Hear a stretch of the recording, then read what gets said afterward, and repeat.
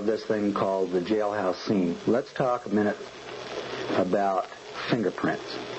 Do the police have the power or the right to take fingerprints and mug shots of everybody they arrest? Could it be that the police could arrest you? Oh, let's say they'll charge you with your taillight being out and haul you off to jail and then take your fingerprints and your mug shot, and now they've got the police record of you, and then keep that away from you even though you may or may not be guilty of a misdemeanor charge or an infraction, depending upon what state you're in, of this taillight being out? Well, the answer to that is absolutely no, they can't. But it's also a fact of life that they do it every day. Now, I don't know why it is that the police have it in their minds that they have to have records of everybody in their community. But slaves, for some reason, want to know who all the rest of the slaves are. Now, unfortunately, we have in our society this syndrome, as I'm going to call it, of the law enforcement growth industry called crime. You're bombarded day in and day out about crime growing at 5% a year in and year out, or 10%, or major crimes are up, and now they're talking about fingerprinting little kids in the schools. It reminds me of this Orwellian 1984 nightmare. Now, you're going to ask yourself, well, isn't that necessary, and gee, don't we need to do that to protect ourselves against criminals?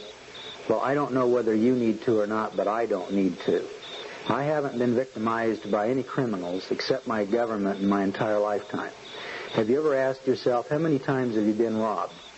Well, I don't know about you, but I'm 43 and I haven't been robbed yet. But my government has stolen hundreds of thousands of dollars from me in the last 25 years, and they did it with my consent, and I filled out the form and sent the money to them. Now, when we're talking about the police powers, there is a thing called police powers, and if it's used correctly, it's a power that rightfully belongs in the hands of government. But when the police powers, which are used by police, overzealous police, let's call them, get out of hand, then we, the citizens, have got to take action in order to gain our rights. Now remember that you don't have any rights that you can't claim, and if you don't object timely, then the right is assumed to be waived. Now, a little earlier I read to you this statement from your Supreme Court, and let's keep this in mind, concerning fingerprints, concerning every right, concerning every objection that you should or you may not make timely, that you may lose. The privilege against self-incrimination, and that's the privilege for a Fourth Amendment warrant, the privilege against, in this case, fingerprints being taken from you, against self-incrimination is neither accorded to the passive resistant nor to the person who is ignorant of his rights, not to the one who's indifferent thereto. It is a fighting clause. Its benefits can be retained only by sustained combat. If you're not prepared for sustained combat, you're going to lose your fingerprints. It cannot be claimed by an attorney or solicitor. It is valid only when insisted upon by a belligerent claimant in person. It comes from a case called United States v. Johnson, 76 Federal Supplement 538. That's your citation. All right, now let me tell you a little story about what happened to me, and then let's pick up the story flow in the county jail. The police stopped me, and they want to arrest me for no driver's license, no registration, and no proof of insurance. Now, there's a triple negative in the same sentence. But no matter how you label it, in the state of Idaho, those are 3 omissions. Those are not commissions of crimes. Those are omissions. Yeah, that's right, omissions. Now take a look at the word crime in Bovier's Law Dictionary. A crime requires 2 distinct factors. 1, an act, and 2, intent.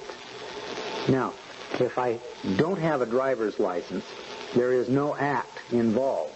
Look up the word act and look up the word omission. They are absolute antithesis. You either do something or you don't do something. Now, if you call a crime of omission a misdemeanor, that's one of the king's statutes. And there has to be some contractual agreement or arrangement that would bind you to specifically perform. Remember, Article 1, Section 10 of your federal Constitution gives you the absolute inalienable right to make contracts. Now the question is, can your government compel you to make contracts against your will and over your objection? If that's true, and if that theory of law is correct, we don't have any Constitution and we don't have any Bill of Rights, because government then can compel you to buy auto insurance. They can compel you to buy color TVs or black and white TVs. They can compel you to live in an apartment or compel you to live in a house. It can compel you to buy anything that they want to sell you or to sell anything that you have. There are no rights separate from private contract. The right of people to buy, sell, and trade among themselves is absolutely inalienable. Now your government comes along and says, we're going to compel you to specifically perform in this contractual agreement.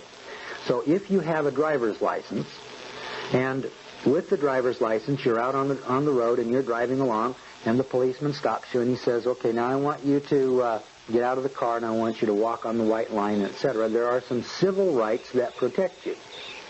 If you don't have a driver's license, there are civil and inalienable rights that protect you. And then, more importantly, there is the belligerent claimant in person. And I like to tell the officer, sir, you are looking at that belligerent claimant in person, demanding these rights. I'm not asking you for them, I'm telling you about them. And I do that with the judge, and I do that with the prosecutor. Because if and when these people who are public servants violate those rights, those are the admissions and confessions that I'm looking for. But bear in mind, we don't pay bail here. I cannot remember anybody paying bail. Well, I shouldn't say that. Now that I said that, I can remember a couple of three. But as a general rule, don't pay bail, because then they've got your money and then you've got to work hard to get it back. Check the statutes. You should find, in whatever state you're in, provision for citizens to post bond. In this state, it's in Title 19. In your state, you'll need to look it up and to learn it for yourself. Always refuse to pay traffic tickets. All they want is the money. Take the money away from them. As long as they've got money, either through taxes or through fines and forfeitures, they'll continue on to oppress you.